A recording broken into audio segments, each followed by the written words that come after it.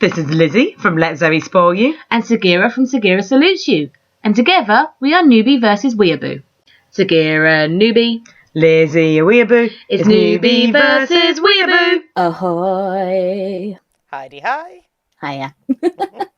Today's going to be a bit of a, not weird, different podcast, just because my microphone has stopped working for no reason at all. It's just gone, we don't acknowledge you, and it's not working. So if there's any sound problems, we apologise. We have to do it through my crappy Sims headphones instead. But never mind. So apologies if you can hear us breathing like, perverts on the phone. Getting super excited by Parasyte. Ooh. Ah, yes, a good segue into our anime, Parasyte. And today we are looking at episode 13, which doesn't bode well, as it's called Hello Sadness. Wow. I didn't even look at the episode title when I started watching it, but oh goodness, yes. Yes, well, I think every single episode from like a couple of episodes ago to now should be called Hello Sadness and Welcome Sadness. Sit down, Sadness. You clearly want to stay for a while, Sadness. Hey, why don't you just pull up some real on the I feel couch? like they need to rename the show. Instead of like Parasyte the Maxime, it's Parasyte the Sadness. Oh, tell me about it. Yeah, we've got to that stage where it's just like bad. Okay, so Hello Sadness. And we open with the school bell chiming. It sounds like a grandfather clock.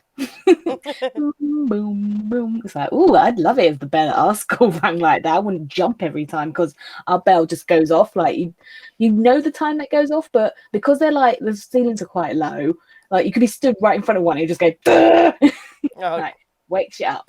So Yuko is trying to ask Shinichi if he knows of the murdered girl, because this is relating to Kana, if he knows anything about her, as it happened over in the next town. And I didn't realise that so many people didn't know who Kana was. Yeah, because obviously she doesn't really go to that school, and she's from somewhere else, and no one's really met her. Well, this is it, because I didn't realise she was from another school. I know there's probably a clue with the uniforms or whatever, but as you said, like different years have different uniforms anyway. So I just assumed that she went to that school. So the fact that everyone's like, oh yeah, she died, she's from the next town over. I'm like, holy crap, I didn't know that at all. So that's sad. I'm guessing that her only connection to that school was Misuo to start with. Yeah. But anyway, they're having this conversation and they are interrupted by Kyo, who says that she heard the body was found by Shinichi. He walks out. He doesn't want to deal. It's like, no, thank you. Outside, Shinichi thinks of Kana and what happened, and then he runs into Murano, of course. They walk home talking about why they didn't go on their date, because obviously he was meeting Kana at the time. Yes, we cancelled their cinema date to go and meet Kana because he needed to talk to her. Yes. But then we see a suspicious man is watching them. Dun, dun, dun. Ooh. Intro. We now get taken to a meeting room, and there's a group of people, not people, and they're talking of how someone chose to eat outside the designated feeding area, and this person was killed. And they're like, very unfortunate. And it's like, oh, you're so full of emotions. Yep. So much sympathy. But we can assume that they are an organisation of parasites. Guessing that this is like the mayor and his little cronies trying to organise what's going on with their kind and their food source and how to get away with eating people. A man says they have provided humans with another sample and the person who provided it hasn't come forward. So what's this sample? Is it samples the dead?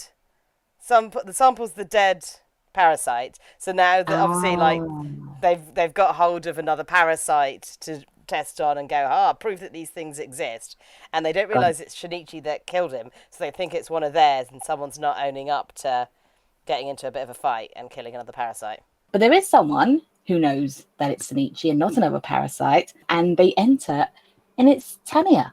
Yes, she looks slightly different. I think she looks more. She looks less attractive, let's put it that way. I mean, she doesn't look ugly, but she doesn't look so stunning. Do you know what I mean? She's looking human. weary and a little bit more. Yes, she looks a little bit more haggard, like not so put together as she was when she was the teacher. I mean, partly she's got new responsibilities. Yes, I mean, obviously, like, giving birth is not exactly the easiest experience of most women. So, but I mean, it helps because it means that she blends in better. She's not so. She's blending in so well with that baby. But I'm not talking about with the baby. I just mean in her looks. Like she's not so stunningly amazing. She's starting to look more like a person. Well, she says that she knows that it's Shinichi, and they discuss how she knows a lot about Shinichi, how he's, he's got a human brain, but he's part parasite. And they're like, hey, we should kill him because he knows too much and blah. And she's like, no, we should look at him more and we should observe him more because we could learn a lot. So like, cool, you do that. Yeah, you do you. And then the man, I guess it's the mayor, I don't know. They all look alike at the moment. Yeah. Like, Suited men with weird eyes and clearly like, they all seem to have taken on the same sort of persona as, hey, this looks like a, generic businessmen. They all look like generic man of society. businessmen. Yes. So yeah, I don't know if it's the mayor who's asking her or what, but he asks her about the baby, which has now been born. And she says that she has a nanny to help her. And in this way, it will be raised more human because obviously with a nanny around who is human, she can kind of show Tamiya how you should act with a baby. Well, I don't think Tamiya gives the monkeys really. I think it just means the baby will be a little bit more humanized and people won't because obviously the more like different your child is, the more noticed you get. And if you don't want to stand out, you don't really want a child that's like wandering around the school going, oh, I'm just going to eat you. And I think it also means that she can continue doing what she's doing, so she doesn't have to do all the things that, she doesn't want to spend time with the kid. She doesn't want to mother it. She's got things to do. But got a nanny who takes off the pressure and means that she's got she can continue doing her. Well, we cut to the baby. And it's crying, and the nanny's trying to soothe it, going, come on, mummy's coming home soon. And then Tamiya walks in, and she quietly, creepily whispers to the baby, be quiet. And the baby stops crying. It's like, Wonder Mum. If only that was normal and everyone could do that. Well, it's the fact that she tells the baby to shut up. Now, I was going to bring up this point later, but you've brought it up now. In the sub, it's shut up. In the dub, it's be quiet. So I'm guessing it's less rude to talk to a baby. But that's the whole point. You don't tell a child to shut up. You can ask a child to be quiet. It's why the nanny is so shocked, because she's telling her baby to shut up. And you don't tell a newborn to shut up. Well, they've changed it for the dub, so... Dumb dub. But anyway, so she tells it to shut up or be quiet, and the baby does, and this freaks the nanny out. She's like, okay, I'll see you later. And she's like, come back tomorrow. And she's like, oh, yep, sure, I'll come back tomorrow. Doesn't look like she's going to come back tomorrow, but maybe she needs the money. But it's also the line, I've trained it well, haven't I? Yes, and that's another thing. She keeps calling the baby it. I'm guessing it's a boy. I don't know. Was it a boy? It looks kind of like a boy. I mean, it just looks like a newborn squidge at the moment. I was going to say, have they mentioned the gender or not? Don't think so, because only Tamiya knows, and she's saying it. Well, Tamiya needs the baby to grow more before doing any experiments on it, because right now, it's just a crying thing in her eyes. Her phone rings, and it's a detective, and this is the guy who we saw at the start who's following Shinichi. Now, he says that he's doing nothing out of the ordinary. He's just a normal school kid, and she tells him to continue observing and then hangs up. Do your job, PI. Do what I paid you for. To herself, she starts to think about how she couldn't really test Shinichi with Hideo because Hideo went nuts. Yeah. And in that time, as far as she could see, Shinichi didn't do anything to show his power or his new abilities, because when he did, he was up on the roof and probably no one knew he was there. So she didn't see the super throw of death. But she decides that she's going to arrange something instead. In town, Shinichi bumps into a group of guys. They end up going to the fight area where all the fights happen. Yep. It's a nice secluded area. One patch of grass where all fights happen. And blocked off by 3 walls. Of course, Shinichi beats them up, but unbeknown to him, the detective is filming him. Shinichi asks one of the guys who put them up to it, and the guy says, "A woman!" And he's like, "What's her name?" And he's like, "I don't know, she didn't tell me anything." So clearly, as you've said in this era, people just need to, get out a lot of anger and a lot of pent-up aggression and stuff. So if someone comes up to you and goes, "Hey, beat up this person," they're going to go, "All right, Yeah. no questions asked." Cool, I'll beat someone up. Walking to school, Shinichi is joined by Kamijio. Kamijo? Kamijo. He's the popular guy who stuck up for Shinichi way back when, which seems so long ago now. He asks us about Murano, and they start having a little like guy chat, and he's like, "Hey, how far have you got with her? Have you done it yet?" And he's like, "I don't want to talk about that." And Yuko overhears the conversation, and she runs to Murano, but she's not really interested in their relationship. What she's more interested in is about the rumors about this murder. She wants to know if Murano knows anything, because if people are saying, "Oh, Shinichi found the body," and it's like, well, if he found the body, he's acting very weird about it, because he's not acting at all. He's just carrying on as normal. She also wants to know if it was his friend, because as we said, Kana wasn't really part of the school, so they don't know her. But Murano asks if Yuko's brother has found anything yet, because her brother is part of the detectives and that stuff. She says no, but it's strange how calm Shinichi is acting normal. Everyone's picking up on it. Shinichi arrives, so Yuko hurries off. She's like, "Oh, bye." And it's like, well, now she's acting weird, because she's meant to be his best friend. Because he's freaking her out, she doesn't really want to be around him as much. She's like, something's off. Yeah, get out of this situation. Murano thinks back to when Shinichi saved her, so after the whole Hideo thing, and he jumped off and whatever. And she thinks about how calm he was then as well. And he just seems like a completely different person, because he is, he's more confident, he's got better abilities, he's just not Shinichi anymore. She then thinks of him and Kana, and if he did find her, then why is he being so cold? Because as far as she knew, they were having some sort of relationship. It kind of makes you think, like, especially on her side, that if he was having a thing with Kana and he liked her, and then she dies and he acts like that, what would happen if something happened to Murano? Would he be as cold if she died? It's hard for Murano. In a cafe, it's the hotel cafe where Tamiya likes to meet people. They must do a good coffee or something, because she's always going back to the same place. But she meets with a detective, and they watch back the video of Shinichi fighting. Nothing alien happens. He's just got these lightning reflexes, and Migi was not needed at all. Tamiya asks if he notices anything strange, especially in the right hand. just homing in on what he should be paying attention to. The detective says no, so now she's thinking something else has happened to Shinichi. So she's thinking, right, well, if it had nothing to do with Migi, how well he was fighting, and he's fighting by himself, then what has developed in Shinichi to make him so good at fighting and fast and quick reflexes and all that stuff? Shinichi's room, he's talking to Migi of how worried he is about Murano, and then he has a Shinchi moment where he realizes that everything clicks into place, and he goes, "Oh, it's because I'm so calm." Duh. Yeah. Jesus, though. You're not reacting. People generally react when you find dead bodies. Migi disagrees, saying he is an excellent human being and he can separate from his needless emotions. And it's like, no, Migi, that's not a human. that's a parasite or a robot. That's not being an excellent human. In fact, it's the worst kind of human.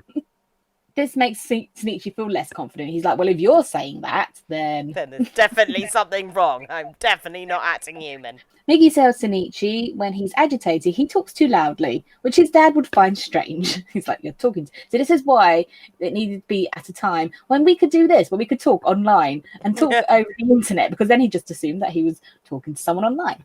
But they do have phones. So it's like, well, he could be talking on the phone to someone. Yeah, I think talking loudly about his state of emotionless, non-humanity might be a bit of a random conversation, even if it was to somebody else. It's very late, and Shinichi tells his dad that he's going out. His dad questions when he'll be back, but Dad just seems kind of okay with it. He lets him go. I think that Dad is kind of stepping back a little bit and just letting the boy do what he needs after his mother has died. Yeah, so, giving him some space. Shinichi leaves the house, and the detective is close behind. Shinichi goes back to where Kana was murdered. Not suspicious at all. No. Shinichi says he finds sad and upsetting things. They subside within him very quickly. So when his heart starts to hurt, it's like, panic, oh, my heart. Everything's fine. Yeah. Obviously, that's not how we function as people. And he says that he used to worry a lot. So he's changed in that way. He's not stuck on things anymore. He's not like, oh, what if this happens? What if this person thinks this? He's okay about everything because he thinks logically now. Miggy thinks it's a waste of time worrying about things that you don't need to worry about. And of course, this angers Shinichi because he's like, that's not the point. It's not a point of if it's a waste of time or not. The fact is, I'm not worried as much anymore. Like, my personality has changed so much. It's a fundamental aspect of him was the fact that he was like a little bit more nervous, a bit more anxious. If he's not him anymore, then who is he? The detective can't see who Shinichi is talking to as they're kind of round a corner. So it looks like he's talking to someone, but he has to maneuver around the building. Shinichi feels responsible for Kanna's death, and he feels guilty that he cannot warn her. That's fair enough. So they're inspecting where Kanna died because there's a chalk outline there, and Miggy's having a look on the floor. And then the detective starts to film, and he catches Miggy on film. And now this is probably the second creepiest thing that's happened. It's when Miggy's eyes just flick to the camera. Yeah. It's just silent, and it's like, oh, he's got to spot you now. No! So yeah, he looks directly at the camera, and Miggy attack, and he just goes for the guy. It's like one of those scary videos that you get on the internet where there's a spider who just suddenly jumps at the screen. It's like it's one of those, but with a mutant hand. Miggy knocks the camera out of the guy's hand and goes into battle mode. Miggy wants to kill the guy, obviously, because he's always said... Well, Miggy's priority is self-preservation. So if there's anything that threatens him, he'd rather kill it than, like, let it go. Yeah, that's the word, threatens. So yeah, he said he'll kill. So that's what he's going to do, and he's proving it right now. But Shinichi tells the man to run. He's like, just get out of here. This annoys Miggy. And he just detaches himself completely. Goes off his little murder flesh puppy. Yes, he's like, you know what? You're no good to me. Bye-bye. And he goes off and tests out his new ability. He jumps at the guy and slices at him, but he only slices through his arm because he says without the mass of Shinichi behind him, he hasn't got the power to cut completely through the guy. And the guy starts to get away, but he's too far now because if Miggy goes after him, he'll be too far from Shinichi and he could die. So he goes back to Shinichi. He's like, Shinichi, go after him, quick, go.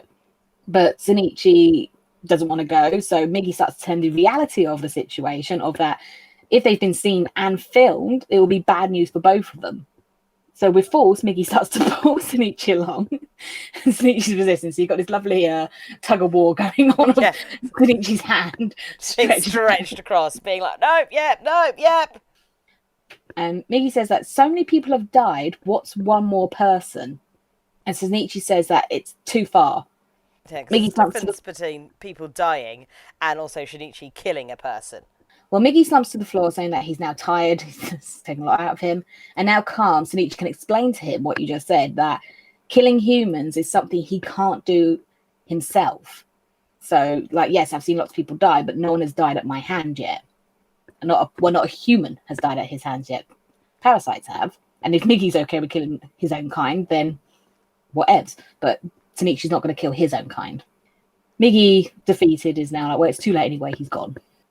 Back home, Dad questions again why he was out so late, and he doesn't push him. He's like, okay, fine, you're home, you're safe, whatevs. Yeah. In the morning, Shinichi goes to school, and this is spliced with Miggy watching the video and telling him that he's been watched for a while, and we see like clips of different parts of the day.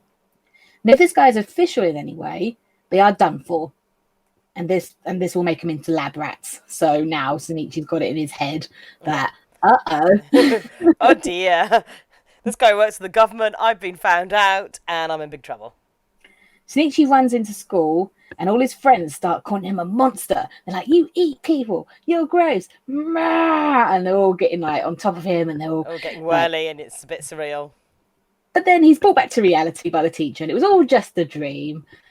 For a minute there, I was kind of like, buh. So what's going on? How did they know so This quick? has escalated. The teacher says if he's not going to make an effort, he should go. So he does. I love how the teacher's like, where are you going? And I'm like... Yeah, you just told him to go if he doesn't want to do this. But I suppose, like, obviously in schools and stuff, you use it as a turn of phrase. He wasn't actually expecting someone to... It's like, you just don't get up and walk out of class. But, yeah... Well, Yuko is worried, obviously, because once again, he's just acting strange. It's not really a thing for Shinichi to do, just get up and leave school. At home, paranoia is fully setting in now. And we get another flashback to Miggy saying, if the government doesn't get him, then another parasite will. So now he's got everyone after him. He likes to look out for humans and parasites. Shinichi is in full panic mode. He considers cutting his arm off, but then thinks better of it because it's like, I could just get rid of him now. And it's like, do you really think even if you cut your arm off, you're not going to still be experimented on? Yeah, like, exactly. And also, you know, Miggy can completely just reattach. Yeah. He can survive for a little bit without him. It's too late now. He thinks it's best to find the guy, the detective, and because he's probably still watching, he should go and investigate. So he starts to use his spidey senses, and he sits there and he's listening, and he can hear dogs barking and people having conversations. And then he starts to hear, he's like, creepy breathing, that must be him. Yep. It's like, that guy sounds like he's having a tough time. Gotta be the person. So he runs to his balcony. He's like, "You're there! I say, you're there with the arm." And the guy obviously freaks out and runs away. He's like, "Oh, I've been spotted. I've been rumbled." And he's like, "No, I just want to talk to you." And it's like, "Ah, crap." So that's out of the question at the moment. His anxiety is through the roof. And he's like, his heart's hurting and he's heavy breathing. He's like, and then it just stops. It's like, panic attack and over. I wish panic attacks were that easy to get over. I'll tell you about it. He acknowledges how quickly he calms, but then he says, "It is time." It's like, oh, time for what? You're going to go kill him now? What's going to happen? Ooh. Not even a little bit. At night, he meets with Murano. They're out in the park.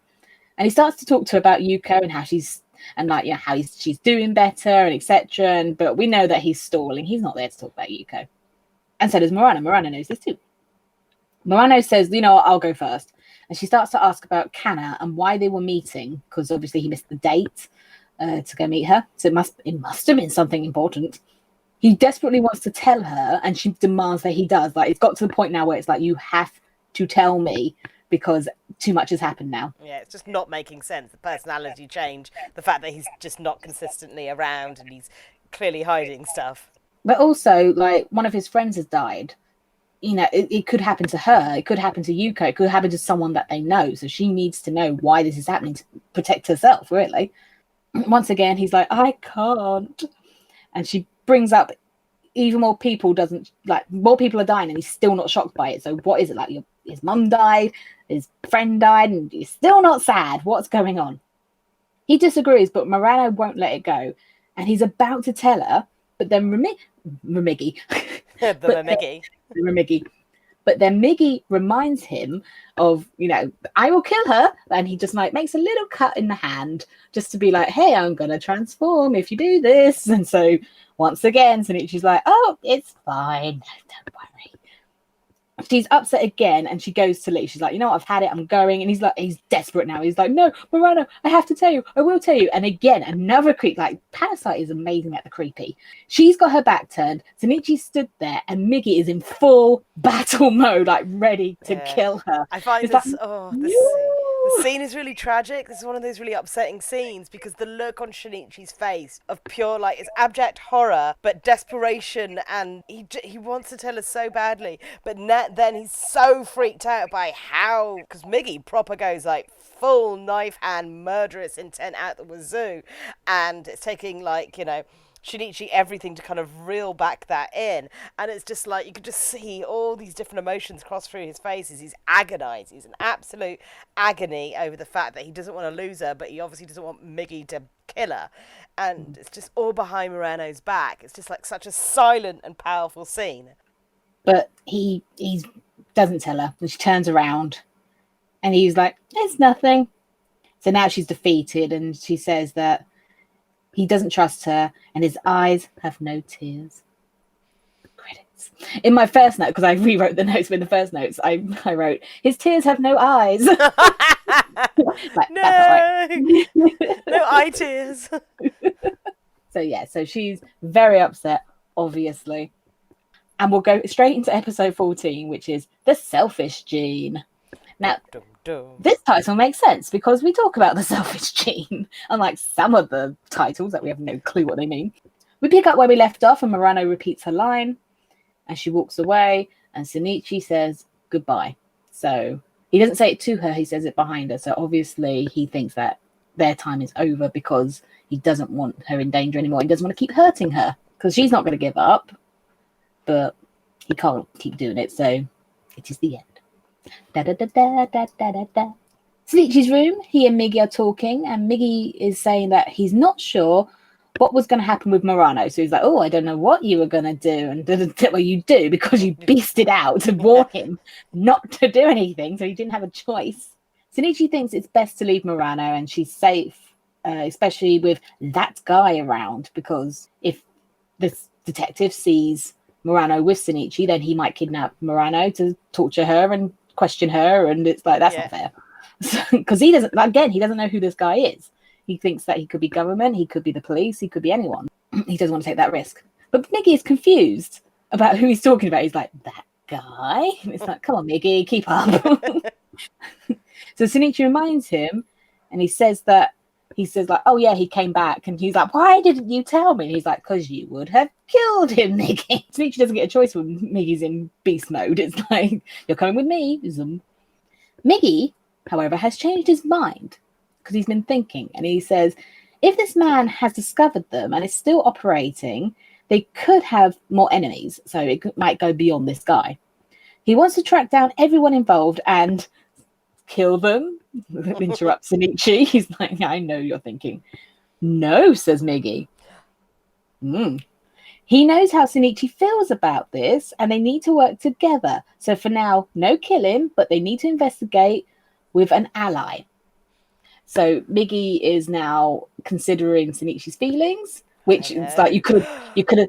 Well, it's like you could have done that last night. Yeah, you could have done it last night with Murano. You could consider his feelings then, but no, you just thought, no, I'm just going to be very blunt about this and be a giant knife.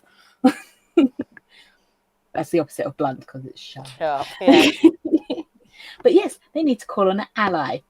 Uda! He's back! I was so happy. I was like, yay! Thank goodness we're getting more Parasyte time. I'm so happy. So we cut to in town where Shinichi's meeting with Uda, and he's happy to help, obviously, because he's a very nice man. Parasyte has the same attitude as Miggy of killing the guy. He's like, why don't we just kill him? But Uda says it's not that simple, okay? From a human perspective, you can't just go around killing people because then questions are asked. Yeah. Especially if you're not investigated. Yes, especially if you're not a full-blown parasite. It's not as simple as, hey, you're a parasite, you should die. No, you're part human. Let's test this. Miggy and Shinichi say if it's not an organization, then they have an inkling who could be behind it. Parasyte asks what the guy looks like, so Miggy turns into the detective's face. So now Miggy has this ability too, and Parasyte also turns into the guy's face, and this guy's just talking back and forth to himself. Uda says he's staying in a hotel near the train station because that's like Parasyte hub. It's like where Parasyte hang out in town. He tells Shinichi that as a name, Parasyte is a bit confusing. So they've changed Parasyte's name to Joe. Yeah. Now, in the sub, it says, Joe, because I'm your jaw. And in the dub, it says, he so needs a friend, guys. I don't know. I don't understand that, because the way they pronounce Joe in Japan, like Joe. Sounds like jaw. Yeah, it sounds like jaw. So it's like it's a play on words for them. Well, in America, Joe sounds like Joe. It doesn't sound like jaw. So I'm guessing that they had to change that line because it's more of a Japanese joke rather than an American joke. Well, it's just it's a pronunciation thing. I can only tell you what I've seen. I don't know. I didn't write it. Why would you go? He just needs a friend. Joe. No. Joe says, guys, he so needs a friend because, they don't understand why they come up with names for these guys because they don't need names. Yeah. So he's saying like he needs a friend. He's thinking of names for me, and he needs to get out more, sort of thing. Yeah, so he just turns it into he needs a friend. Yeah. So he's calling me Joe because he's got no friends. Yeah, exactly. Because the pronunciation sounds like jaw, and that's kind of funny because he's in his jaw. Because it's jaw. Yeah. So it's not Joe, it's Joe. Yeah. See, guys, watch it in both sub and dub. I'm telling you. In a cafe, the detectives, like there's more of them, a whole gang of detectives. In the cafe, the detective meets with Tamiya. He is stressed and he starts to question what he saw. He's causing a scene which everyone watches, and Tamiya's like, sit down. I do not want to be looked at. The detective has been trying to make sense of everything, but Tamiya says that his job is over. It's like, you've done your bit now, which, of course, You're not going to let it go, are you? After seeing what you've seen, and you're a detective, you want to investigate things. It's part of your job. It's like, no. You've given me this really interesting mystery. You can't take it away. And yeah, things are getting weird. Well, she then says, well, you're going to have a hard time convincing me of what you saw. But she forgets he's an investigator. He picks up on a lot of things. And he remembers that she mentioned his hand earlier, if he noticed anything weird about it. So clearly she knows more than she's letting on. See, she doesn't know much about detectives. He causes another scene. So she gets up and leaves. She's like, not dealing with this. As he tries to follow her, he falls over onto the floor. This is important. Outside, she starts talking to herself, thinking that it's time to get rid of the detective. And it's like, no, stop it. Your answer to everything can't be, and then they die. But also, you can't set someone up to, discover parasites and then go, right, now you found out about us, you can now die. It's like, no, you can't do that to they can, because they're parasites. I was going to say, to them, that's perfectly fine. But then she starts to think back of him falling over and getting all flustered and, stressed out. And this amuses her. And she starts to laugh all the way home. She realizes that when she gets home, she realizes that this was happening independently of her. It was a reaction to something. She didn't mean to laugh. It just happened. And this makes her laugh even more. And it's the creepiest laugh, not because it's like a but because her eyes are just so wide and her mouth isn't really smiling. It's just big, and it's like, yes, you're laughing, and yes, there's a bit more joy in your face, but it is so weird. I mean, she says, because on the way home, she hadn't been looking after her features, so she had the white out eyes, and her laugh was just like this weird, creepy smile, just like, she's like doing that the whole way home. But yeah, like I say, it's just not a normal laugh. It just looks like someone who's never laughed before. That's exactly what it looks like. It's very, very of what it is. It's slightly hysterical, like, oh my God, what has taken over me? The detective goes home, and now, because we know that his life is in danger, now we have to learn that he has a sweet little daughter and a wife. So he has a family. So now we're invested in him to not die. Yep. It's like, no, do not take this man away from his family. And there's planting death flags everywhere. It's like, oh, look, he's got a loving family and a young child. So he goes and checks on his sleeping daughter, and just to show us, he has a daughter and she's very young. He's having a drink when his wife comes home, and she says that he's not sleeping well, so something is up. So she's a detective herself. She doesn't want him to get hurt, obviously. Right, this is clearly something big, and it's clearly something that's on your mind. But all he thinks is that he needs proof. He needs to show people what he saw. Outside, Shinichi talks of signals that parasites give off. So it's kind of like a voiceover now. And how these signals sense each other. They're now using these as a way of communicating, because he's like, we can't very well use phones. And it's like, why? Why can't parasites use phones? But he says that the signaling is a way of communicating. And Miggy informs Shinichi they found him. So Joe is communicating with Miggy that they've found the detective without actually talking to each other. The detective is following Shinichi, but he's surprised because he goes around a corner and he follows him. He's like, ha! He's like, hi, I was wondering if you'd show. And he's like, oh God, oh no! Uda pulls up in a car and they kind of usher him in, saying, come on, let's go. And Shinichi says, we just want to talk to you. So obviously the detective's having a panic attack and he's breathing heavy and he's shaking. And Shinichi's like, I wonder why he's so scared. It's like, Shinichi, you've lost that part of yourself of empathy. Because think about it. The last time he saw you, your hand tried to kill him. Yeah. And your hand's an alien. And you've just surprised him after he's following you and bunged him into a car with a guy with a very strange face.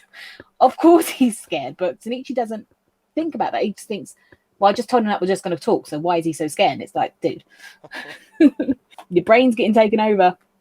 They take him back to the abandoned building, our favourite place, and the detective acknowledges Uda's face, and Uda has changed it so it's much wider and longer. Because at first I was like, who's that? And it's like, oh, it's Uda, okay. Trying to hide himself, but it's like Yes. worst disguise ever.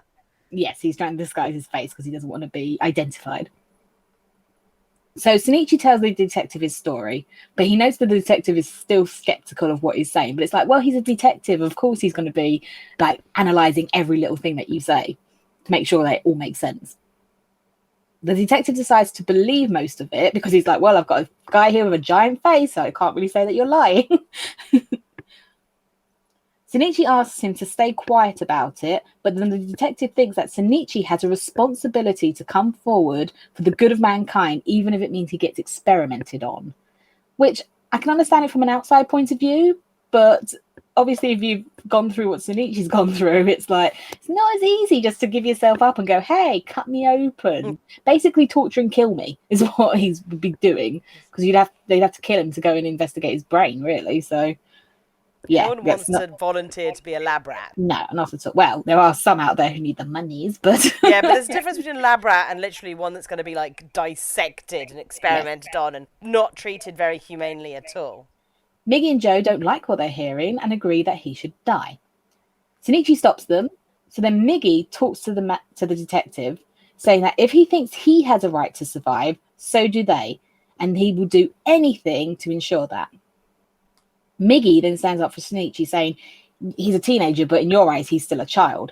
And he's endured a lot. He's lost his mum, he's lost a friend, and he's still trying to help everyone. He's not going out killing parasites and stuff. He's trying to do this logically and try and solve it without violence.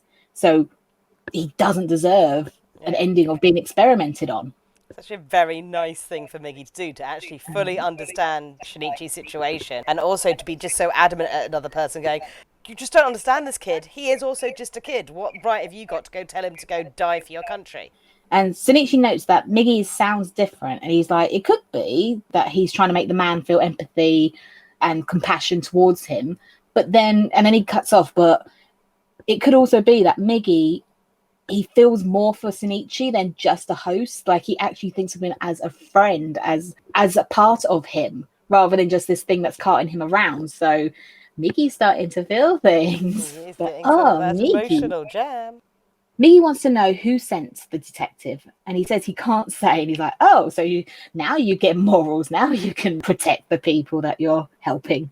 But Miggy informs him that they have a good idea who it could be, and if they are right, this person too is a parasite, which, mind blown for the detective, like, what?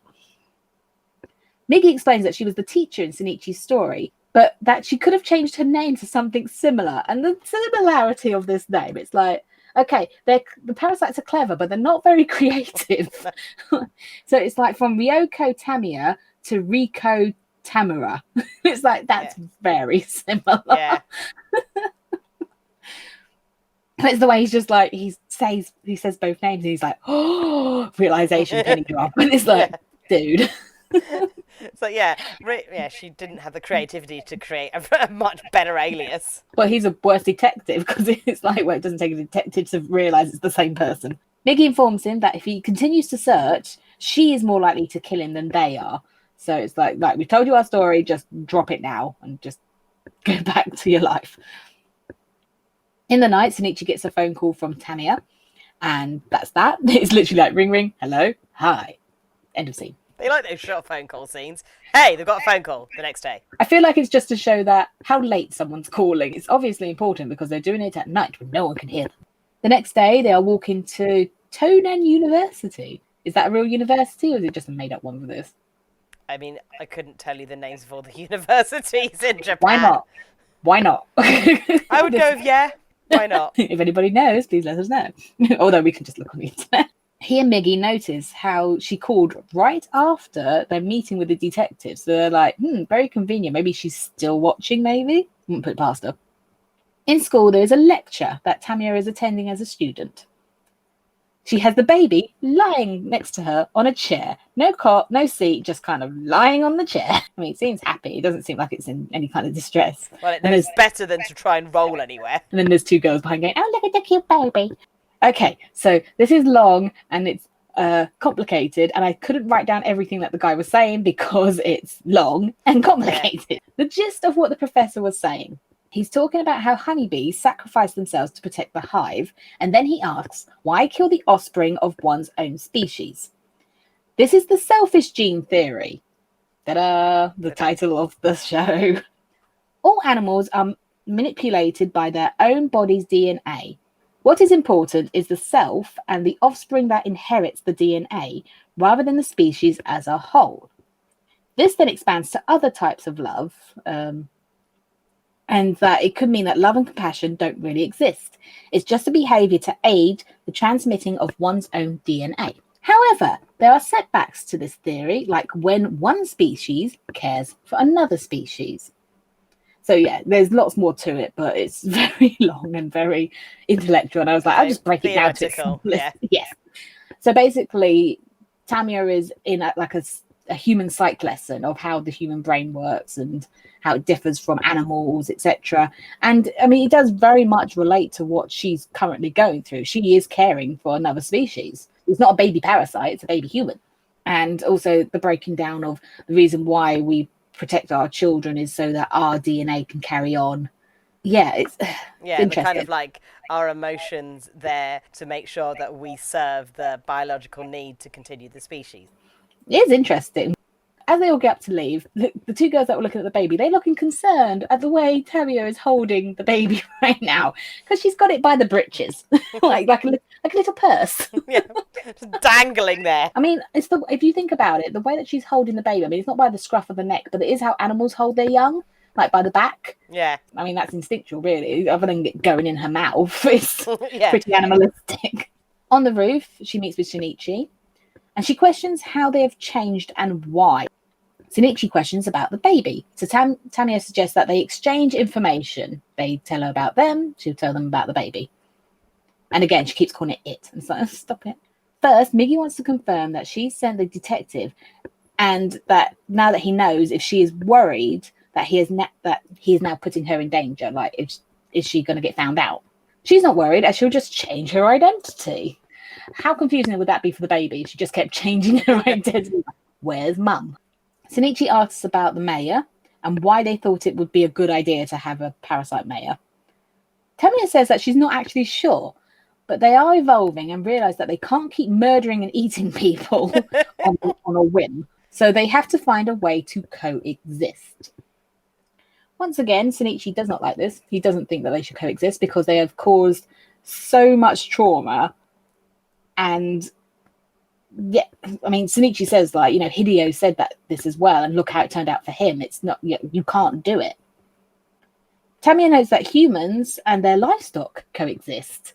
Yep. She's like, you live with cows and pigs. So, well, not cows and pigs, but she says livestock, but yeah. I'm going back to Madoka. He acknowledges the truth behind that, but he thinks of his mum and he says that there is too many reasons why they could never be forgiven. I mean, that's just Shinichi's experience of losing his mum and losing his friend. But think about all the people who have lost other family members. All of a sudden, you're like, hey, we're all going to coexist and be a big, happy family. It's like, well, you've killed so many people. Yeah, the thing is, the ones that have killed, you'd have to go on trial for murder if you wanted to live with people, because you have to be held accountable for your actions. Maybe if more parasites came along later and didn't kill everybody they met when they first turned up, but unless they own up to their mistakes and then go through some mega rehabilitation of humans are friends, not food. Was it fish are friends, not food? She notices he's not acting completely human anymore. The baby starts to fuss and she says something about mother and child. So then she goes on to about Shinichi's mum, and she says, like, oh, your mother was killed. Triggered. Triggered Shinichi completely. And his heart starts to hurt, and Miggy's like, calm down, Shinichi. So the baby fusses again. Tamia realizes that his mother must have been killed by a parasite. She's like, she wasn't eaten, was she? And she starts doing that weird manic laugh. She's got a real thing for the suffering of people. Really, really makes her giggle. She needs to learn about Schadenfreude, doesn't she? The amusement of other people's pain. There you go. Shinichi wants to kill her, obviously, but as she doesn't think she can win because she's just given birth and she's not as strong as Shinichi anymore, she uses the baby as a human shield. She's like, yes. It's a baby! I'm going to kill the baby! And he's like, oh, Sammy. This is stopped by the two girls from before coming up onto the roof and going, why is she holding the baby like that? Maybe she's playing with it. You don't know. Like, wait, I'm flying! Well, Tammy decides that it's time to go and she walks away. But she notes that children are more perceptive than humans. And she tells the baby to shut up again. And it does. We now cut to Shinichi running, just running away. He runs out the building, he runs down the street, and he's saying how much he hates how Tamio's treating the baby. Because, it's a baby. It's a baby, yeah. And he had a loving mum, and he knows just how wonderful it is to have a mum that loves you, and this baby is not going to get a loving mum. Exactly, and he's lost his mum, so he doesn't get that anymore, whereas this child has a mum, but a mum that doesn't care about it. And it's sort of, it's tragic. Finally, he stops in a subway. He's run as far as he wants. And then a fortune teller grabs his attention. This is really random. Well, I mean, they do exist. There's quite a few of them in Japan. They sit on corners and just kind of go, "Hey, you want a fortunes told?" And it's also a really kind of random plot device, for a lot of things. Mm. Well, she asks him to come over, so he does, and she says, "Give me your palm." So he offers the left hand, which confuses her. She's like, "The left hand? There are left-handed people, lady." But she says he has a hole in his heart, and this stuns him. He's like, "How did you know?" She's a fortune teller, dude. And also, if you've got problems, it's easy to go, "There's a hole in your heart." It's a metaphor rather than there's a physical hole in your heart. He asks her how to fix it, and she says that he needs to meet the person who created this hole. If they talk, he will have closure, and it's the only person that can heal his wound. So obviously he thinks about his mum stabbing him in the heart, because that's where the hole came from. Something snaps inside Shinichi, something he I don't know, done. I don't know, but he lets out an evil snigger and says, "It's too late for that. I've already killed her." Credits. Oh, yeah. No, Shinichi. Oh no, it's the whole thing. Is okay, so these fortune tellers are quite prolific in Japan. You find them quite a bit, but with a lot of fortune tellers, it's kind of half of it isn't really psychic powers, unless you're watching an anime about people with powers. It's just kind of a little bit of a con for the drunks that normally wander down, going, "This will be a bit fun." Or the girls love fortune reading. Girls because they get their love fortunes told, and it's a big thing. Yeah. In Japan. So she just thought she was getting a quick buck, "Oh yes, this young guy running down, I could just do this." And she's like, "Oh, you've got a hole in your heart.